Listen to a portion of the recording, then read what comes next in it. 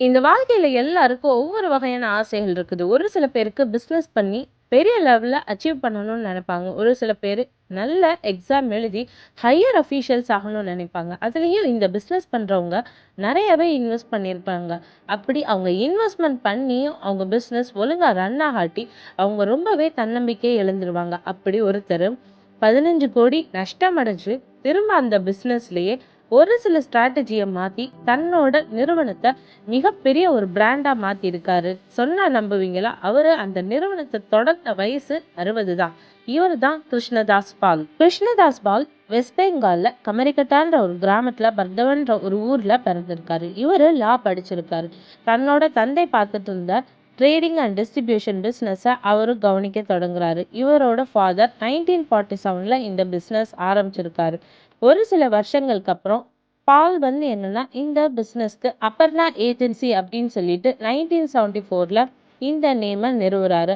ஒரு சில கம்பெனி ப்ராடக்ட்ஸை டிஸ்ட்ரிபியூஷன் பண்றாரு. நெஸ்லே, டாபர் அண்ட் ரெக்லட் கோல்மன் இந்த மாதிரி எல்லா ப்ராடக்ட்ஸையும் அவங்களோட 5 பிரதர்ஸ் ஸ்பிளிட் அப் பண்ணி இந்த பிஸ்னஸை பண்ணிட்டு இருக்காங்க. 2000ல கிருஷ்ணதாஸ் பால் பிஸ்க் ஃபார்ம் அப்படின்ற ஒரு நிறுவனத்தை 60 வயசுல தொடங்குறாரு. இந்த பிஸ்னஸை லான்ச் பண்ணி 4 இயர்ஸா அவங்க எந்த லாபத்தையும் ஈட்ட முடியல. அதனால அவங்க ரொம்பவே நஷ்டம் அடைஞ்சிடுறாங்க. கிட்டத்தட்ட 15 கோடி அவங்களுக்கு லாஸ் ஆயிடுது.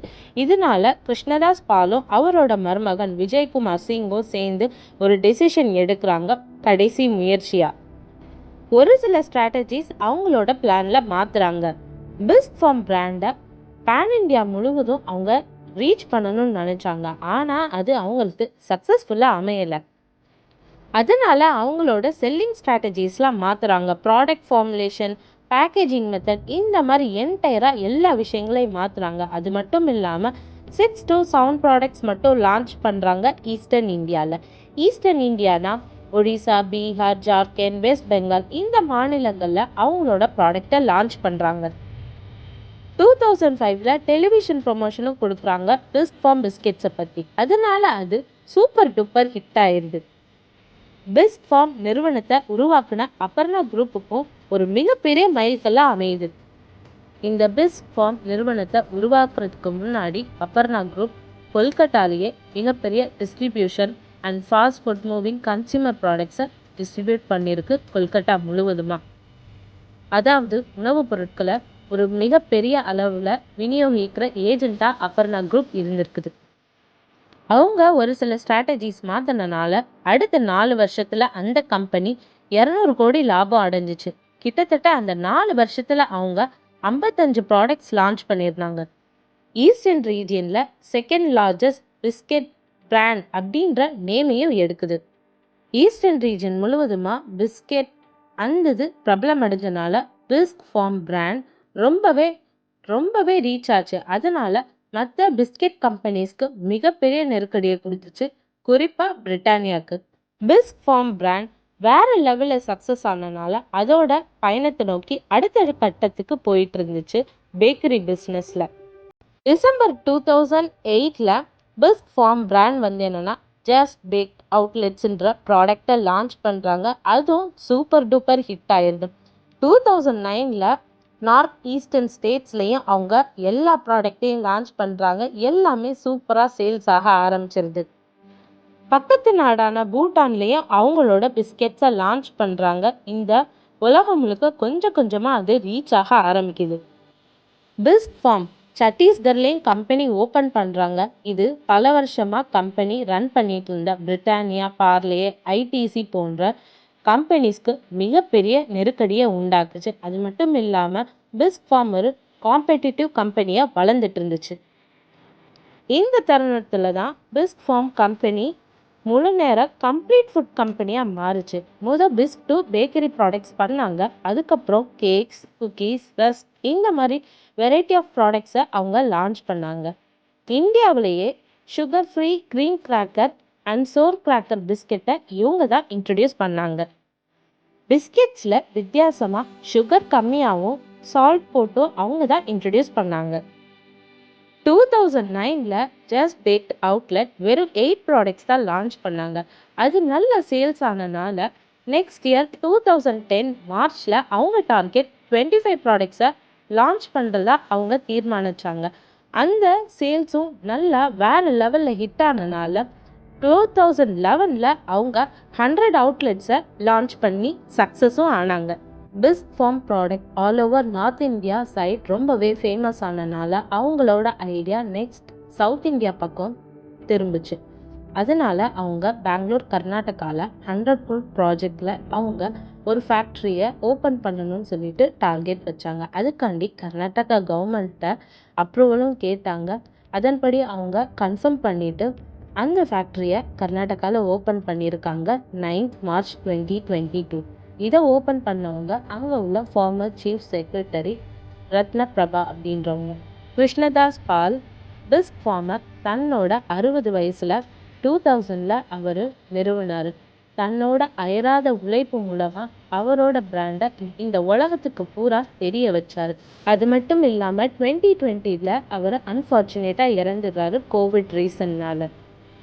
கிருஷ்ணதாஸ் பால் அவரோட மெயின் டார்கெட்டே அவரோட ப்ராடக்ட் இந்தியா முழுக்க ஃபேமஸ் ஆகணும், எல்லா இடத்துலையும் ரீச் ஆகணும்னு நினச்சாரு. ஆனால் ஃபர்ஸ்ட் அவர் சக்ஸஸ்ஃபுல்லாக ஆகலை.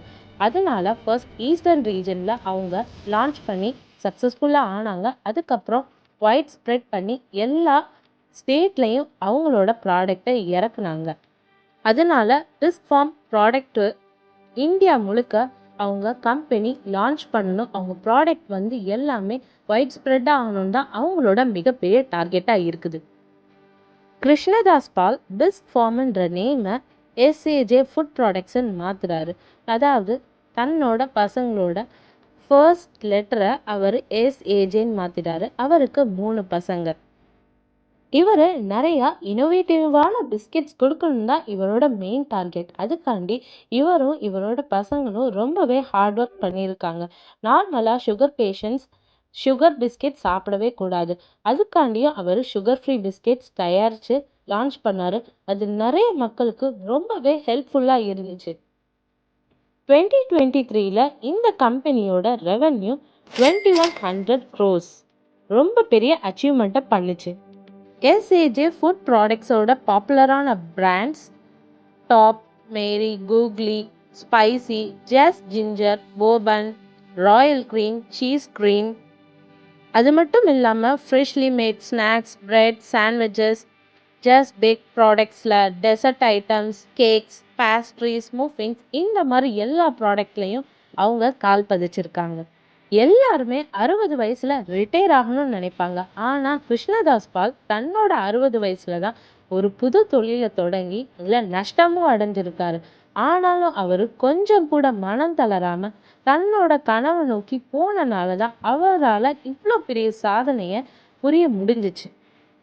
15 கோடி நஷ்டமான உடனே அவர் கம்பெனியை க்ளோஸ் பண்ணலான்னு தான் நினச்சாரு. ஆனால் கடைசியாக அவர் போட்ட ஒரு மிகப்பெரிய எஃபர்ட் தான் அவரோட வாழ்க்கையே மாற்றுச்சு. அவர் பிஸ்னஸில் ஒரு சில ஸ்ட்ராட்டஜியை மாற்றினது மட்டும் இல்லாமல் ஒரு புது தன்னம்பிக்கையோட அந்த தொழிலை திரும்பியும் தொடங்கினார். தன்னோட கடின உழைப்புனாலையும் தீராத கனவுகள்னாலையும் தான் கிருஷ்ணதாஸ் பால் அவரோட ட்ரீமை ரியாலிட்டியில் கொண்டு வந்தார். அவரால் சாதிக்கவும் முடிஞ்சிச்சு.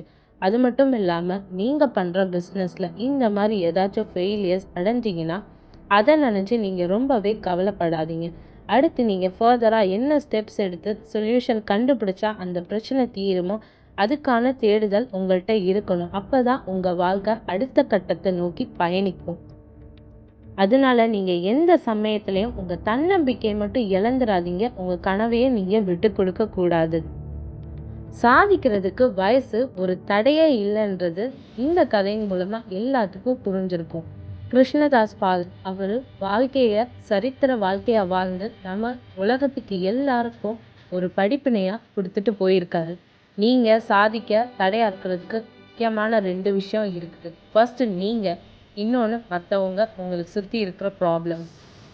நீங்கள் எந்த ஆக்ஷனும் எடுக்காமல் எந்த ஸ்டெப்ஸும் எடுக்காமல் எனக்கு எதுவுமே மாறல அப்படின்னு புலம்பிட்டு இருந்தாலும் எதுவுமே மாற போகிறதில்ல. 2வது, ஏதாச்சும் உங்களுக்கு கஷ்டம் மற்றவங்கனாலேயோ இல்லை ஒரு சூழ்நிலைனாலேயோ வந்துருந்துச்சுன்னா அதை நினச்சி நீங்கள் புலம்பிக்கிட்டே இருக்கக்கூடாது.